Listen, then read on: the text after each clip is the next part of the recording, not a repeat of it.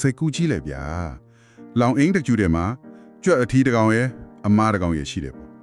သူတို့နှစ်ကောင်အတူတူနေကြမိတ်လိုက်ကြတယ်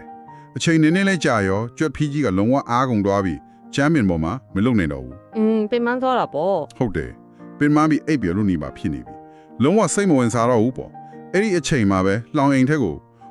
ကြွက်မှာအသစ်ဆက်ဆက်တကောင်ကိုထည့်ပေးလိုက်ရောဘာဖြစ်တော့မှထင်လဲအားဒီပြန်ပြေးလာတာမလားအတိကြပဲခုနကတေးမတဲ့မောနေပါတယ်အားမရှိတော့ပါဘူးဆိုတဲ့ကြွက်ထီကယိုရီယာအားရင်နဲ့အပြစ်ပြန်ဖြစ်လာပြီးဟိုကြွက်အသက်လေးလောက်ကိုတကောက်ကောက်လိုက်တော့တာပဲဗျာအဲ့ဒါလေဇီဝဗေဒနဲ့အာယုံကြောထိပ်ပံမှာတော်တော်လေးနာမည်ကြီးတဲ့ Coolidge effect လို့ခေါ်တဲ့စမ်းသပ်ချက်ပဲရှင်သက်ရှိတွေရဲ့ဥနောက်ကအသစ်ဆန်းစဉ်ဘလောက်တောင်ယူတတ်တယ်လဲဘလောက်တောင်တုံ့ပြန်မှုမြန်တယ်လဲဆိုတော့ရှင်းရှင်းလင်းလင်းပြသလိုက်တဲ့သူတေသနာတစ်ခုပေါ့ဟုတ်တယ်ကဲဒါကုအသိစိတ်ဖြေကြည့်အောင်ဒီနေ့ကျွန်တော်တို့အသေးစိတ်လေလာဆွေးနွေးမယ်အကြောင်းအရာရဲ့အသေးသွေးကြော်ကအဲ့ဒါပဲတာမန်အဖြစ်လူတွေဘာကြောင့်ဖောက်ပြန်ကြတယ်လဲဆိုတာကိုစဉ်းစားကြည့်ရင်လေကိုကျင့်တရားမကောင်းလို့အိမ်တော်ကြီးအစီမပြေလို့စတဲ့လူမှုရေးရှုထောင်တွေကနေပဲအလွေတကူကောက်ချက်ချရကြတယ်မဟုတ်လားဟုတ်ပါအများစုကအဲ့ဒီလိုပဲထင်ကြတာလေဒါပေမဲ့2018ခုနှစ်တုန်းကထွက်ခဲ့တဲ့ Dr. Kenneth Paul Rosenberg ရဲ့ Infidelity Why Men and Women Cheat ဆိုတဲ့စာအုပ်ကိုဖတ်ကြည့်လိုက်တော့လေတကယ့်ကိုအမြင်ကျယ်သွားတယ်ဒါဟာရိုးရိုးလူမှုရေးပြည်သလားတက်တက်မဟုတ်ပဲဥနှုံနဲ့ဇီဝဘေယယန်တရားတွေကဘလောက်ထိလွှမ်းမိုးနေတယ်လဲဆိုတော့ကိုတွေ့လိုက်ရတော့ပါတကယ်တော့ဒေါက်တာရိုဇန်ဘတ်ကိုလိုက်နာစီယောဂါကူဆရာဝန်တူဖြစ်သလိုဆွဲလန်းမှုဆိုင်ရာစေပညာမှာထူးဖြူလေ့လာထားသူလည်းဖြစ်နေတာကိုဒါကြောင့်ဒီစာအုပ်ကအချစ်ဝတ္ထုတွေဒရာမာဇက်လန်းတွေတဲကလို့စိတ်ကူးရင်ဖန်တီးရေးဖွင့်ထားတာမျိုးလုံးဝမဟုတ်ဘူးရှင်လက်တွေ့ဖြစ်ရမှန်တယ်ပေါ့သူ့ရဲ့စေခန်းကိုရောက်လာကြတဲ့လူနာတွေရဲ့လက်တွေ့ဘဝဖြစ်ရမှန်ဒီကိုအခြေခံထားတာပြီးတော့အဲ့ဒီဖြစ်ရက်တွေကိုအာယုံကြောတစ်ပြန်နဲ့စိတ်ပညာတုတိတနာတွေနဲ့တေချာချိတ်ဆက်ရှင်းပြထားတာဆိုတော့လူတွေဘာကြောင့်ဖောက်ပြန်တက်ကြတယ်လဲဆိုတဲ့မေးခွန်းကိုတစ်ပြင်းနေကြဖြစ်ရှာထားတဲ့စစ်မှန်တဲ့လေ့လာချက်တစ်ခုလို့ပြောလို့ရတယ်အဲ့တော့ဒီနေ့ကျွန်တော်တို့ရဲ့ယူရချက်ကလူတွေဘာကြောင့်ဖောက်ပြန်ကြတယ်လဲဆိုတာကိုချင်းတရားရှုထောင်တစ်ခုတည်းကနေမဟုတ်ပဲဥနောက်ရဲ့အလုပ်လုပ်ပုံစိတ်ပညာနဲ့ခေတ်ညှိပညာတွေကဘယ်လိုတွန်းအားပေးနေတယ်လဲဆိုတာကိုနာဆန်သူများအတွက်ရှင်းလင်းလွယ်ကူအောင်တင်ပြသွားဖို့ပဲဖြစ်ပါတယ်ကောင်းမှမီးဆက်လိုက်ကြတာပေါ့ဆိုတော့ဖောက်ပြန်ခြင်းဆိုတဲ့ဇလန်တစ်ပုဒ်ကိုတကယ်နားလည်ခြင်းတဲ့ဆိုရင်ဒီဇလန်ဖြစ်ပေါ်လာတဲ့ကဘာကြီးကျွန်တော်တို့ရဲ့ဥနောက်ကြီးဘယ်လိုအလုံးလုံးတယ်လဲဆိုတာကိုအရင်ဆုံးသဘောပေါက်ဖို့လိုလာပြီခုနကကြွစမ်းတက်ချက်ကိုပြန်သွားကြည့်အောင်ဗျာ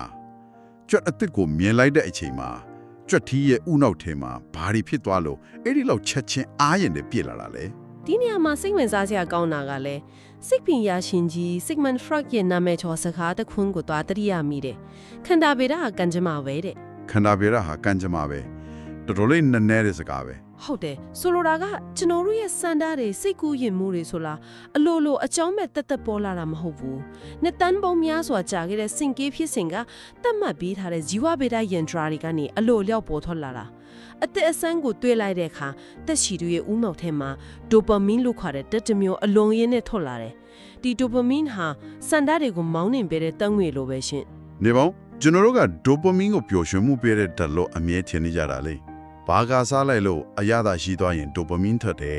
ဂိမ်းနိုင်သွားရင်ဒိုပါမင်းထွက်တယ်ဆိုပြီးတော့အဲ့ဒါကလူတော်များများမာသိထားတဲ့အချက်တစ်ခုပဲတကယ်တော့ဒိုပါမင်ဟာကျိန်းနေတဲ့ချင်းဆိုတဲ့ခံစားချက်ကိုပေးတာချက်လိုချင်တက်မှတ်ခြင်းသို့မဟုတ်ကြိုးတင်မျိုးလင့်ခြင်းကိုပို့ပြီးဖြစ်ပေါ်စေတာဆိုလိုတာကချောကလက်ကိတ်ကိုမြင်လိုက်တဲ့အချိန်မစားရသေးခင်မှာဦးနောက်ကဒါကိုစားရရင်တိတ်ကောင်းမှာပဲဆိုပြီးတွန်းအားပေးတဲ့တက်ကဒိုပါမင်ပေါ့အတိကြပဲတခါတလေလီတွေကသူတို့လုံးနေတဲ့လောက်ရက်ကမှားမှန်တည်တယ်လုပ်ပြီးရင်လည်းနှောင်တရမယ်စိတ်ဆင်းရဲရမယ်ဆိုတာတည်တယ်ဒါပေမဲ့အဲ့ဒီဒိုပါမင်ကလိုချင်တယ်အခုချက်ချင်းလုပ်ရမယ်ဆိုပြီးစက်တိတ်တွန်းအားပေးနေတတ်တယ်အဲ့ဒီလိုချင်တက်မှတ်ခြင်းကကြိုက်နဲ့တက်ချင်းထက်အများကြီးပိုပြင်းထန်တယ်သဘောပေါက်ပြီညပကြီးဖိုက်ချောင်ကိုဖလောက်ဆွဲပြုတ်စားလိုက်ရင်မနေ့ကျရင်မျက်နှာဖောင်းမယ်အစရင်အောက်မယ်မှန်တည်ရနဲ့စားလိုက်ရရင်ပေါင်းမှာပဲဆိုတဲ့ဆန္ဒကအရန်ပြင်းထန်နေလို့ထားစားမိတယ်လို့မျိုးပေါ့ဒါဆိုရင်ဦးနောက်ကအမြဲတမ်းအသက်အဆန်းကိုပဲရှားဖွေပြီးဒိုပါမင်ရဲ့ခိုင်းစေမှုနောက်ကိုပဲလိုက်နေရမယ်ဆိုရင်ဘာကများကျွန်တော်တို့ကိုလူတယောက်တည်းပေါ်တစ္ဆာချီအောင်မိသားစုဘဝလေးတည်ဆောက်ချင်အောင်ထိန်းချုပ်ပေးထားတယ်လေကျွန်တော်တို့ကကြွက်တယ်မဟုတ်တာအဲ့ဒီအတွက်စင်ကဲဖြစ်စဉ်ကကျွန်တော်တို့ဦးနောက်ချဲမှာနောက်ထပ်တစ်တမျိုးကိုထည့်ပေးထားပြန်နေရှင်အဲ့ဒါတွေကို cuddle chemicals လို့ချစ်စနိုခေါ်ကြတဲ့ oxytocin နဲ့ vasopressin တို့ပဲဖြစ်ပါတယ်။အဲ့ဒီဓာတ်တွေကဘာလို့ဖေးတာလဲ။ သူတို့ကပွိတ်သက်ချစ်ခင်မှုတန်ရုံးစင်တွေ့တာမှုတွေကိုဖြစ်စေတဲ့ဓာတ်တီပါဒီဓာတ်တီရဲ့အစွမ်းကိုတက်တီဖြို Perry Vols လို့ခေါ်တဲ့ကြွတ်တစ်မျိုးကိုသူရိတနာလုပ်ထားတာရှိတယ်ဒီကြွတ်မျိုးစစ်ကတက်လုံးမှာအိမ်အောင်ဖက်တကောင်နဲ့ဘယ်ရာသက်ပံပေါင်းတင်တတ်တဲ့တက်တဘာတွေဘာဖြစ်လို့လဲဆိုတော့သူတို့ရဲ့ဦးနှောက်ထဲမှာ oxytocin receptors ကြီးအများကြီးပါနေလို့ပဲနေပါအောင်ဒါဆိုရင်အဲ့ဒီကြွက်တွေကသဘာဝရာကို romantic ဖြစ်နေတဲ့တတဘာတွေပေါ့ပိုပြီးအန်တိုဆရာကောင်းတာပြောပြမယ်နော်သူတွေကသဘာဝရသစ္စာမရှိတတ်တဲ့အကောင်ဆုံးနေမိတ်လိုက်တတ်တဲ့အခြားကြွက်မျိုးစိတ်တစ်မျိုးရဲ့ဦးနှောက်ထဲကိုခုန oxytocin တက်တဲ့ထိုးသွင်းပေးလိုက်တယ်ဘာဖြစ်သွားလဲဆိုတော့6နာရီအတွင်းမှာတင်အဲ့ဒီဖောက်ပြန်တတ်တဲ့ကြွက်တွေဟာတွဲဖက်ကြွက်တကောင်လေးနဲ့ပဲတွဲတာနေထိုင်သွားကြတာကိုတွေ့လိုက်ရတယ်ဝါ6နာရီအတွင်းမှာလားဟုတ်တယ်ရှင်ဆိုလိုတာကဒီတွေ့တာဘူးဆိုတာတက်ကြီးဖြစ်လာတာမဟုတ်ဘူးခနာကိုယ်တဲကဓာတုပေအယန်ဒီယာကအများကြီးထိချုပ်ထားတာအဲ့ဒါဆိုရင်ကျွန်တော်တို့ဦးနှောက်ထဲမှာအမြဲတမ်းအားထက်တွေ့ရတစ်ခုဖြစ်နေတာပေါ့ဒိုပမင်းလိုမျိုးအတေအဆန်းကိုရှာဖွေခိုင်းတဲ့တွန်နာနဲ့အောက်ဆီတိုဆင်လိုမျိုးတယောက်တည်းကိုပဲတွေ့တာချစ်ခင်ခိုင်းတဲ့တန်ရိုးစင်တွန်နာတစ်ခုကအမြဲတမ်းလွန်ဆွဲနေတယ်အေးရပဲလေအချင်းနေနဲ့အချင်းခါပေါ်မူတည်ပြီးဘယ်ဘက်ကနိုင်သွားမလဲဆိုတာပဲကြွာတော့မယ်ဒါကတကယ်ကိုအန်တော်ဆရာ wall building ကြီးပဲဗျာဇီဝပေတာချိုးတော့ကနေဦးနှောက်ကြီးဘယ်လိုအလုပ်လုပ်တယ်လဲဆိုတာကိုသိပြီဆိုတော့ဒီဦးနှောက်ကိုပိုင်ဆိုင်ထားတဲ့လူသားတွေလက်တွေ့ဘဝမှာဘယ်လိုမျိုးဒုက္ခရောက်နေကြတယ်လဲဆိုတာကိုစက်ကြည့်ကြတာပေါ့စာအုပ်ထဲမှာပါတဲ့လက်တွေ့လူနာတွေရဲ့ဇလန်းတွေကိုသုံးပြီးဖြေကြည့်အောင်ကောင်းပါပြီဒေါက်တာရိုဇင်ဘတ်ကဖောက်ပြန်မှုကိုဖြစ်စီရဲ့အဓိကအကြောင်းရဲ့၃ပါးရှိရလို့သတ်မှတ်ထားတယ်ပထမတစ်ခုကအခုလေးတင်ပြောပေးတဲ့ဇီယောပေတာနဲ့ဦးနှောက်ရဲ့ဓာတုပေတာအားပြိုင်မှုပါဒုတိယကတော့စိတ်ပညာဖြစ်ပြီးတတိယကတော့ယဉ်ကျေးမှုသို့မဟုတ်ကိုရောက်နေတဲ့ပတ်ဝန်းကျင်အခြေအနေပါပဲဒီနေရာကတကယ်ကိုစိတ်ဝင်စားစရာအကောင်းဆုံးပဲအန်တိုနီရဲ့ဇလန်ကနေစကြည့်ရအကောင်းဆုံးပဲဗျာသူကလိန်ပိန်းဆိုင်ရာတမတ်မှုတွေအွန်လိုင်းကနေအပြာကားကြည့်တာတွေကိုအရန်ဆွဲလန်းနေတဲ့လူနာတူပေါ့သူဖြစ်ရကတော်တော်ထူးခြားတယ်ဟုတ်လေသူကသူ့ရဲ့လွတ်ရက်တီကိုရှင်းပြတဲ့အခါအာကာသယန်နဲ့ဥပမာပေးထားတယ်ဒါကအရန်ထိမိတယ်သူကဘယ်လိုပြောလဲဆိုတော့ဖောက်ပြန်ဖို့စိတ်ကူးဝင်လာပြီးဒါမှမဟုတ်အင်တာနက်ပေါ်မှာတခုခုစကြည့်မိပြီဆိုတာနဲ့သူ့ကိုသူအာကာသယန်ပေါ်တက်သွားလို့ခင်စားရတယ်အာကာသယန်ပေါ်တက်သွားတယ်လို့မျိုးဟုတ်တယ်အာကာသယန်ရဲ့တခါလဲပိတ်သွားရောခလုတ်ကိုနှိပ်လိုက်တာနဲ့ကဘာမြေကြီးနဲ့အဆက်အသွယ်ပြတ်သွားပြီကဘာဘောက်ကဥပဒေတွေစီးမြင့်တွေကိုကျင်းတရားတွေဘာတစ်ခုမှသူ့အပေါ်တက်ရောက်မှုမရှိတော့ဘူးလုံးဝထိန်းချုပ်လို့မရနိုင်တော့တဲ့အရှိန်နဲ့ပြန်တန်းသွားတဲ့အခြေအနေကိုရောက်သွားတာသူ့ဦးနောက်ကဒိုပမင်ရဲ့လွှမ်းမိုးမှုအောက်ကိုလုံးဝရောက်သွားတဲ့သဘောပဲနော်အဲ့ဒါပေါ့ဒါပေမဲ့စာအုပ်ထဲမှာအန်တိုနီရဲ့ပြဿနာကဇီဝဗေဒတက်တဲ့မဟုတ်ပဲ eroticized rage ဆိုတဲ့စိတ်ပိုင်းဆိုင်ရာပြဿနာလေးပါနေတယ်လို့ဆိုထားတယ်အဲ့ဒီ eroticized rage ကိုဘယ်လိုနားလည်ရမလဲဗျာအဲ့လာကတော်တော်လေးနည်းနည်းရဲ့စိတ်ပညာသဘောတရားတစ်ခုပါအကြမ်းဖျင်းပြောရရင်လူတယောက်ကသူ့ရဲ့လက်တွေ့ဘဝမှာအလုတ်ခွင်မှာဒါမှမဟုတ်ငယ်စဉ်တောင်ကြီးဘဝမှာတင်ငယ်မှုတွေဖိနှိပ်ခံရမှုတွေစွမ်းအားမဲ့သလိုခံစားရမှုတွေရှိခဲ့တယ်ဆိုပါစို့ဖိနှိပ်ခံထားတာတွေပေါ့ဟုတ်တယ်အဲ့ဒီလိုဖိနှိပ်ခံထားရတဲ့ဒေါသတွေမကျေနပ်ချက်တွေကိုဖြေဖျောက်ဖို့အတွက်လိန်ပိုင်းဆိုင်ရာကိစ္စရက်တွေကိုလက်နက်တစ်ခုလိုအသုံးပြုပြီးအာဏာပြန်ပြကျင်တာကို eroticized rage လို့ခေါ်တာပါအန်တိုနီဆိုရင်သူ့မိမမသိအောင်လိုဝက်ချက်တွေထားတယ်တခြားလူတွေနဲ့အွန်လိုင်းကနေဖောက်ပြန်တယ်ဒီလိုလုပ်ချင်းအားဖြင့်ငါကညံပိုကောင်းတယ်သူတို့ကငါလက်စားနိုင်တယ်ဆိုတဲ့ခံစားချက်ကိုရယူပြီးသူ့ရဲ့တိမ်ငယ်စိတ်ကိုဖုံးကွယ်ဖို့ကြိုးစားနေတာဖောက်ပြန်တာကလိန်ပိုင်းဆိုင်ရာတာယာမှုတက်တော့မဟုတ်တော့ပဲငါကစီမင်းတွေကိုဖောက်ပြန်နိုင်တဲ့သူငါမှာပါဝါရှိတယ်ဆိုတာကိုသူ့ကိုယ်သူပြန်တက်ပြနေတဲ့သဘောမျိုးဖြစ်နေတာပေါ့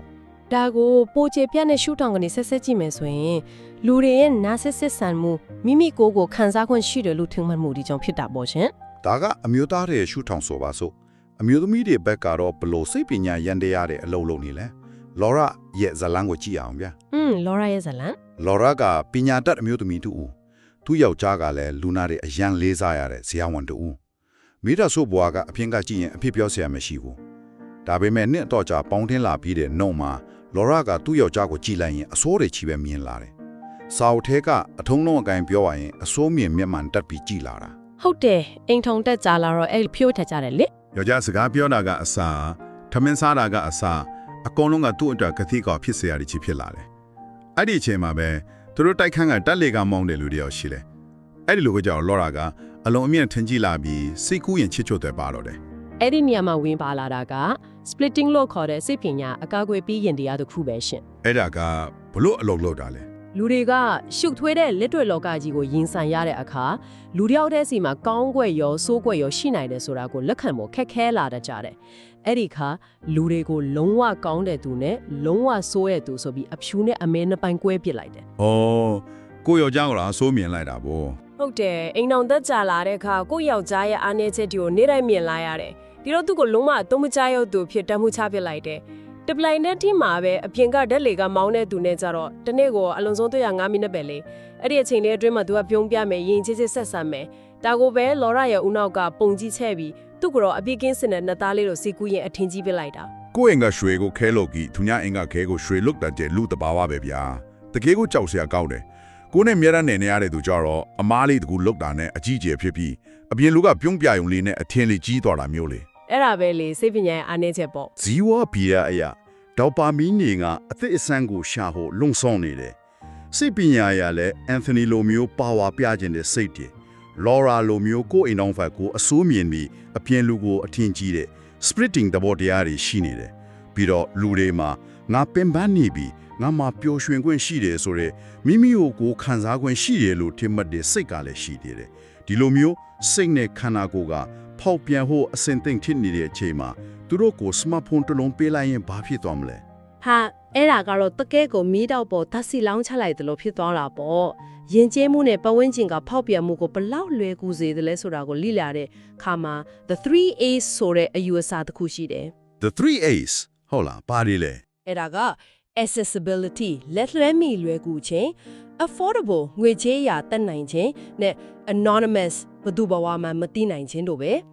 internet နဲ့ smartphone တွေပေါ်လာတဲ့အခါစိတ်ပညာရှင်ဒေါက်တာ Kimberly Young ကဒါကို ACE model ဆိုပြီးထပ်မံအစင်းမြင့်တင်ပြခဲ့တယ် ACE model အဲ့ဒါကဘာတွေကိုကိုးစားပြုတာလဲ A က anonymity ဆိုတဲ့အမည်ဝှက်ထားနိုင်ခြင်းပေါ့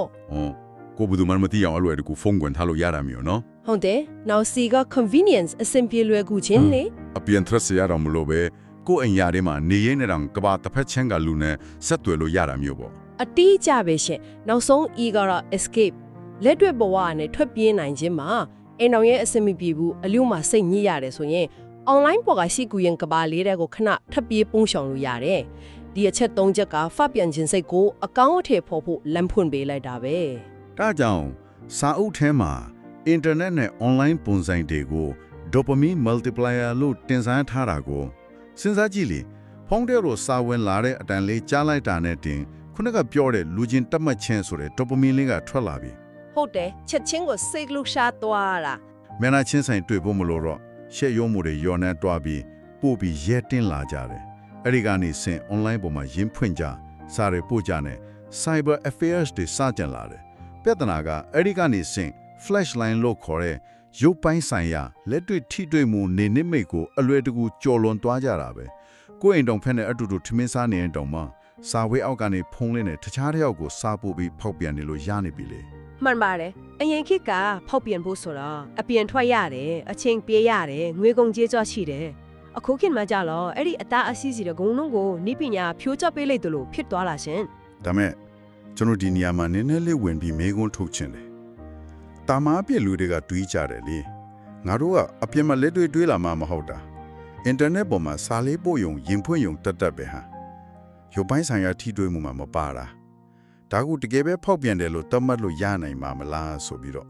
ယင်တော်တော်များများအဲ့လိုထင်တတ်ကြတယ် မှန်တယ်ကိုယ်အိမ်တောင်ဖက်ကိုလျှို့ဝှက်ထားတဲ့အတွက်သူ့ကိုစိတ်အနောက်အရက်တော့ဖြစ်စေနိုင်တယ်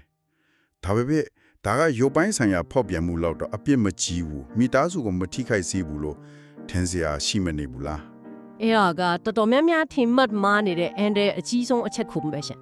ရုပ်ပိုင်းဆိုင်ရာမပါဝင်ဘူးဆိုရင်တောင်မှအဲ့လိုမျိုးလျှို့ဝှက်ပြီးတန်ရောစင်တွေ့နေတဲ့စိတ်ပိုင်းဆိုင်ရာဖောက်ပြန်မှုဟာအိမ်တော်ရဲ့တစ်ခုကိုလုံးဝဖြိုးကွဲလွှားစေနိုင်လောက်တဲ့အထိအင်မတန်အန်တဲ့ကြီးပါတယ် တကယ်ကြီးလားဘာဖြစ်လို့လဲ တခြားမိန်းကလေးတယောက်နဲ့စိတ်ပိုင်းဆိုင်ရာနက်နက်ရှိုင်းရှိုင်းတွေ့တာဝါဒကိုပို့ပြီးနာကျင်ခံစားရတယ်လို့ဆိုပါတယ်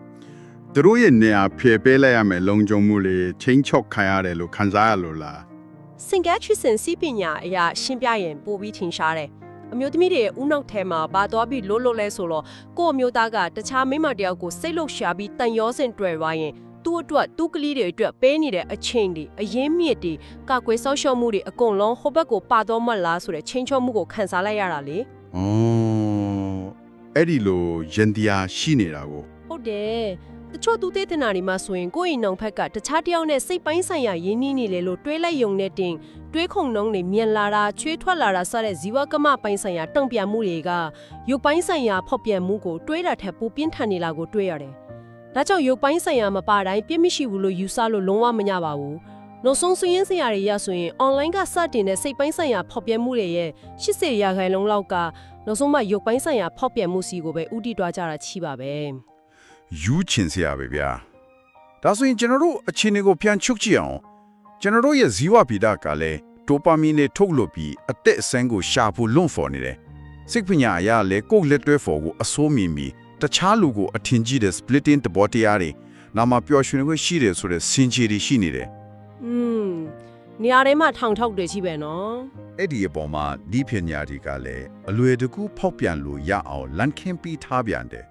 ်ဒီလိုဆိုရင်တကယ်စစ်မှန်တဲ့အချက်နဲ့ရေရှည်တည်မြဲတဲ့ဆက်ဆံရေးတစ်ခုကိုတိဆောက်ဖို့ဆိုတာလူသားတွေအတွက်မျောလင့်ချက်မရှိတော့ဘူးလားကျွန်တော်တို့ကံကြမ္မာကဖောက်ပြန်ဖို့ပဲရှိတော့တာလားဟင်းအဲ့လိုလုံးဝစိုးမြင်စရာမလိုပါဘူးရှင်ဒါကအရေးကြီးတဲ့မေးခွန်းတစ်ခုကိုဖြစ်ပေါ်စေတယ်ဒီပြဿနာတွေအားလုံးကိုတိပြက်နီးကြနားလည်သွားပြီဆိုရင်ဒါကိုဘလို့ချော်လွှားမလဲဆိုတဲ့ဖြေရှင်းနည်းတွေလည်းရှိပါတယ်စောင်းရင်နောက်ဆုံးပိုင်းဒီမှာဖော်ပြထားတဲ့ကုတပြောက်ကင်းရဲ့အပိုင်းကတကယ်ကိုအားတစ်စရာပါဘယ်လိုဖြေရှင်းနည်းတွေလဲဗျရေရှည်ဒီမြဲရဲ့ဆက်ဆံရေးတစ်ခုအတွက်ရုပ်ပိုင်းဆိုင်ရာတစ္ဆာရှိမှုဆိုတာအခြေခံလိုအပ်ချက်တစ်ခုဖြစ်ပေမဲ့အဲ့ဒီထက်ပိုပြီးရေးကြီးတဲ့အရာတစ်ခုရှိပါတယ်အဲ့ဒါကတော့ emotional fidelity လို့ခေါ်တယ်စိတ်ပိုင်းဆိုင်ရာတစ္ဆာရှိမှုပါပဲ emotional fidelity ဟုတ်လားအဲ့ဒါကိုစောက်ထဲမှာဘယ်လိုသိပေးဖွင့်ဆိုတာလဲယူရှင်းပါတယ်မိမိရဲ့လက်တွဲ for တော့မဟုတ်အိမ်အောင်ဘက်ကိုမိမိဘဝရဲ့အဓိကအကြဆုံးအရေးပါဆုံးလူအဖြစ်ထားရှိခြင်းဦးစားပေးခြင်းဖြစ်ပါတယ်နင်းနေလောက်ဥပမာပေးပါလားဥပမာကိုအလုံးမှာအရန်စိတ်ညစ်စရာကြုံလာရတဲ့အခါဒါမှမဟုတ်အရန်ဝမ်းသာစရာတရင်တစ်ခုကြားလိုက်ရတဲ့အခါပထမဆုံးဖုံးဆက်ပြီးရင်းပွင့်တိုင်ပင်ခြင်းတဲ့သူဟာကိုယ့်ရဲ့အိမ်တော်ဖက်တာဖြစ်ရမယ်အဲ့ဒီနေရာကိုတခြားပြင်ပလူတယောက်ကဝင်ယူသွားပြီးကိုမိမထက်အလောက်ကလို့ဖို့ကင်ဖက်မလဲကိုပို့ပြီးရင်ဖွင့်ခြင်းလာပြီးဆိုရင်ဒါဟာ emotional fidelity ပြည့်ရွံ့သွားတာပါပဲကောင်းပြီတကယ်လို့ဖောက်ပြန်မှုတစ်ခုဖြစ်သွားခဲ့ပြီယုံကြည်မှုတွေကျိုးပြတ်သွားပြီဆိုပါစို့အဲ့ဒီအခြေအနေကိုဘယ်လိုပြန်ကူးစားကြမလဲစောက်ထဲမှာတော်တော်လေးအန်တိုစရာကောင်းတဲ့ကုထုံးတစ်ခုကိုတွေ့လိုက်တယ်ဒီ90 day abstinence rule ရက်90ရှောင်ကျင်ခြင်းလေဟုတ်တယ်ရက်90တိတိလိမ်ပိုင်းဆိုင်ရာကိစ္စတွေကိုလုံးဝရှောင်ကျင်ရမယ်ဆိုတဲ့နီလန်းလေနေပေါင်းအင်ဒရေပြိုကွဲမလို့ဖြစ်နေတဲ့လင်များနှစ်ယောက်ကိုဖြန့်လဲတင့်မြတ်အောင်လုပ်ဖို့စ조사နေတဲ့ချိန်မှာ3လတိတိလိမ်ပိုင်းဆိုင်ရာကိစ္စတွေလုံးဝမလုပ်ရဘူးလို့တားမြစ်လိုက်လေသူတို့နှစ်ယောက်ပိုပြီးဝေးကွာမသွားနိုင်ဘူးလားဒါရွတ်တိမတန်ဘူးလို့ထင်ရတယ်အပေါ်ရန်ကြည့်ရင်တော့အဲ့ဒီလိုထင်စရာရှိတာပေါ့ဒါပေမဲ့ဒီကုထုံးကမွေးဆေးဖြတ်တဲ့ဆေးပညာကနေဆင့်သက်လာတာကိုသတိရပါဖောက်ပြန်တတ်တဲ့အကျင့်အထူးသဖြင့်အပြာကားတွေကိုဆွဲလန်းတာမျိုးအသက်အဆန်းကိုမြဲရှာနေတတ်တာမျိုးတွေဟာဦးနှောက်ရဲ့စုချီးမြင့်မှုစနစ်တွေကဒိုပမင်တွေပုံမှန်မဟုတ်တော့ပဲ overload ဖြစ်နေတဲ့ချိန်တွေပါဟိုနေ့တိုင်းအချိုရည်တွေချီတောက်နေတဲ့သူလိုမျိုးပေါ့အဲ့ပါပဲလေနေ့တိုင်းအချိုရည်တောက်နေတဲ့သူကရိုးရိုးရေချိုတောက်နေအရသာမရှိတော့သလိုမျိုးပေါ့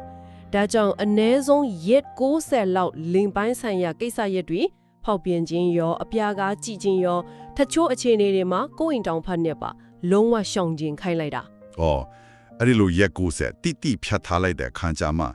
ဦးနောက်ကဒိုပမင်အလုံးအကျွန်းထွက်နေတာတွေကိုရပ်တန့်သွားပြီးတဖြည်းဖြည်းနဲ့ reset ပြန်ဖြစ်သွားတာပေါ့။ဟုတ်တယ်။ခုနကပြောသလိုအချိုရည်အမဲတောက်တဲ့သူကို3လလောက်ရေချီးပဲတိုက်ထားလိုက်တော့နောက်ပိုင်းကျရေးရဲ့တဘာဝအရာသားလေးကိုပြန်တီးလာသလိုပေါ့ကိုထိန်ချုပ်နိုင်စွမ်းတွေပြန်လေရရှိလာမယ်ခုနကအန်တိုနီလိုလူနာမျိုးဆိုရင်သူထိန်ချုပ်လို့မရတော့တဲ့အာကာသယဉ်ကြီးကိုကပမီပေါ်ပြန်ဆင်းသက်နိုင်ဖို့ဒီကုထုံကအရန်သုံးဝင်ပါပဲအတိအကျပဲရှင်ဒါပေမဲ့အဲ့ဒီလိုဦးနောက်ကို reset လုပ်ယုံလဲမပြီးသေးဘူးနော်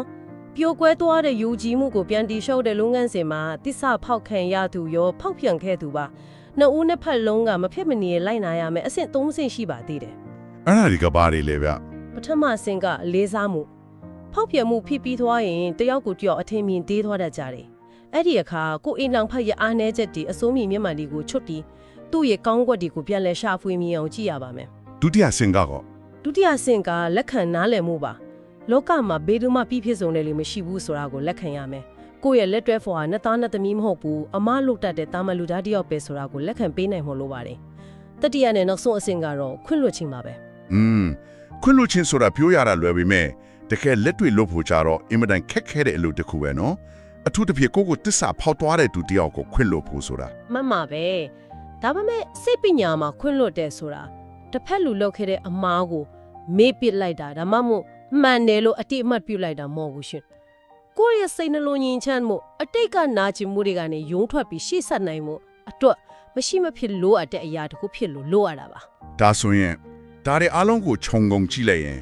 ဘာကိုတွားတွေ့ရတယ်ဆိုတော့ဖောက်ပြန်မှုဆိုတာကျွန်တော်တို့ဦးနှောရဲ့ဇီဝဗေဒရန်တရားတွေစိတ်ပိုင်းဆိုင်ရာအားနည်းချက်တွေနဲ့ခေတ်သစ်နည်းပညာရဲ့တွန်းအားပေးမှုတွေကြောင့်အလွဲတကူဖြစ်ပေါ်နိုင်တယ်ဆိုပေမဲ့ဒါဟာရှောင်လွှဲလို့မရနိုင်တဲ့ကံကြမ္မာတော့မဟုတ်ဘူးပေါ့ဗျာ ဟုတ်တာဗောကိုယ်တိုင်ရွေးချယ်ပြုပြင်လို့ရတာတွေရှိပါတယ် ရေရှည်တည်မြဲတဲ့ဆက်ဆံရေးတစ်ခုကိုဒီဆော့ဖို့ဆိုတာအလိုတယောက်ဖြစ်လာမဲ့ကိစ္စမဟုတ်ဘူးခုနပြောတဲ့လေးစားမှုလက်ခံမှုနဲ့ခွင့်လွှတ်မှုဆိုတာတွေဟာနေ့စဉ်နဲ့အမျှနှုတ်ဦးနှစ်ဖက်တတိထားပြီးစ조사အားထုတ်ရမယ့်အလုပ်တစ်ခုဖြစ်တယ်ဆိုတာရှင်းလင်းတော့ပါပြီ မှာတော့ခံစားချက်တက်ဖြစ်ချင်းဖြစ်မယ်။ဒါပေမဲ့ရေရှည်မှာတော့အချစ်ဆိုတာဆုံးဖြတ်ချက်တစ်ခုနေ့စဉ်ကျင့်သုံးရမယ်ကျင့်စဉ်တစ်ခုဖြစ်သွားပြီးဆိုတာပါပဲ ကဲအခုဆိုရင်အချိန်လဲတော်တော်လေးရလာပြီဆိုတော့ဒီနေ့လေးလာဆွေးနွေးခရာတွေကိုအတူတူပြန်လဲတုံးသက်ကြည့်အောင်ကျွန်တော်တို့ဟာ